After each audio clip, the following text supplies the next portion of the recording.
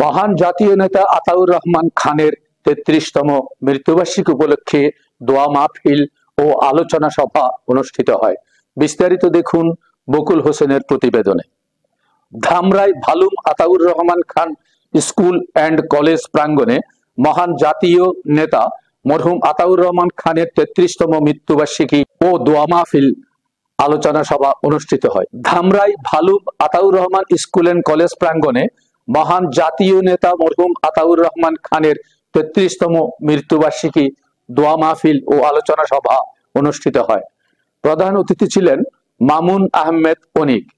তিনি বলেন, আতাউর রহমান খানের বইতে পড়েছি, তার প্রতিষ্ঠিত প্রতিষ্ঠানে আমার আসার সৌভাগ্য হয়েছে। আমরা তার কর্মজীবন ও শিক্ষা জীবন দেখে প্রতিনিয়ত অনুপ্রেরিত হচ্ছি। সভাপতিত্ব করেন ইয়াসিন ফেরদৌস মুরাদ। তিনি বলেন, স্কুল এবং কলেজে যে সকল ছাত্রছাত্রী আছে তাদের মা বাবা দিনমজুর, শ্রমিক, কৃষক, এটা আপনাদের মনে রাখতে হবে। দিনমজুর, কৃষক, শ্রমিকদের টাকায় আপনাদের বেতন হয়। এদের ছেলে মেয়েদেরকে কষ্ট করে লেখাপড়া করায়। তাদের কথা স্মরণ করে এখানে শিক্ষকতা করুন। বিশেষ অতিথি অধ্যক্ষ এম এ জলিল, খন্দকার আইয়ুব খান, ইবাদুল জাহিদ সহ আরো অনেকে উপস্থিত ছিলেন।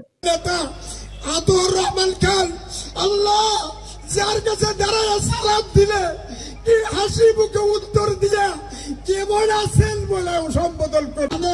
রুহের মাগফিরাতের জন্য আল্লাহ আমরা এই দাবি কবুল না হওয়া পর্যন্ত হাত নামাইব না। আল্লাহ তার কবরকে রিয়াজুল জান্নাহ বেহেশতের বাগান বানাইয়া দাও ইয়া আল্লাহ। আমরা মরহুম আতাউর রহমান খান সম্পর্কে বইয়ে পড়েছি। আজ আমার সৌভাগ্য হলো তার প্রতিষ্ঠিত প্রতিষ্ঠানে এবং তার এলাকায় আসার। আমরা তার কর্মজীবন, তার শিক্ষা জীবন সবকিছুই দেখি এবং প্রতিনিয়ত অনুপ্রাণিত হই। এখানে আমাদের যেহেতু অডিয়েন্সের মধ্যে প্রায় 90%ই শিক্ষার্থী, তো আমার মূল বক্তব্যটা আসলে শিক্ষার্থীদের উদ্দেশ্যেই থাকবে। আমরা যদি তার শিক্ষা জীবন দেখি, অত্যন্ত মেধাবী এবং সেই যুগে একটি পিছিয়ে পড়া একটি গ্রাম থেকে উঠে তিনি ভারতের উত্তরপ্রদেশে ওনার বাবার সাথে একটি স্কুলে পড়াশোনা করেছেন, এরপর জগন্নাথ কলেজে পড়াশোনা করেছেন, এরপর ঢাকা ইউনিভার্সিটি থেকে উনি আইন বিষয়ে পড়াশোনা করেছেন। তখন ঢাকা ইউনিভার্সিটি কিন্তু একেবারে নতুন।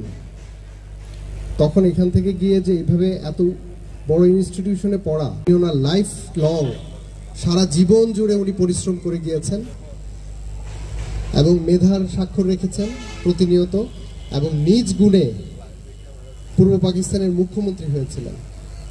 এবং আরও আমরা যেটা বক্তাদের থেকে জেনেছি যে ওনার কারণে কিন্তু ধামরাই উপজেলার গতিপথ পাল্টে গিয়েছে, ইতিহাস পাল্টে গিয়েছে। আপনি খেয়াল করেন, আজকে দুইটা গুরুত্বপূর্ণ স্থাপনা যদি আমাদের কাছে না হতো, এক হচ্ছে জাহাঙ্গীরনগর বিশ্ববিদ্যালয়, দুই হচ্ছে ঢাকা আরিচা মহাসড়ক। শুধু ঢাকা আরিচা মহাসড়কটার কথা চিন্তা করেন, এইটা যদি সিংগাইট দিয়ে যেত, আজকে ধামরাই কিন্তু একটা পকেট উপজেলা হয়ে যেত, যে উপজেলার মাঝখান দিয়ে অত বেশি গাড়ি ঘোড়া চলে না।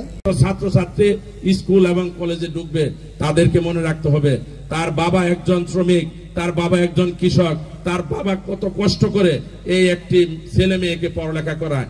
তাদের কথা স্মরণ করে এইখানে যারা শিক্ষক আছেন তাদেরকে আমি বলবো, আপনাদের বেতন কিন্তু ওই কৃষকের টাকায় হয়, আপনাদের বেতন কিন্তু ওই শ্রমিকের টাকায় হয়। এই কথাটা মাথায় রাখবেন।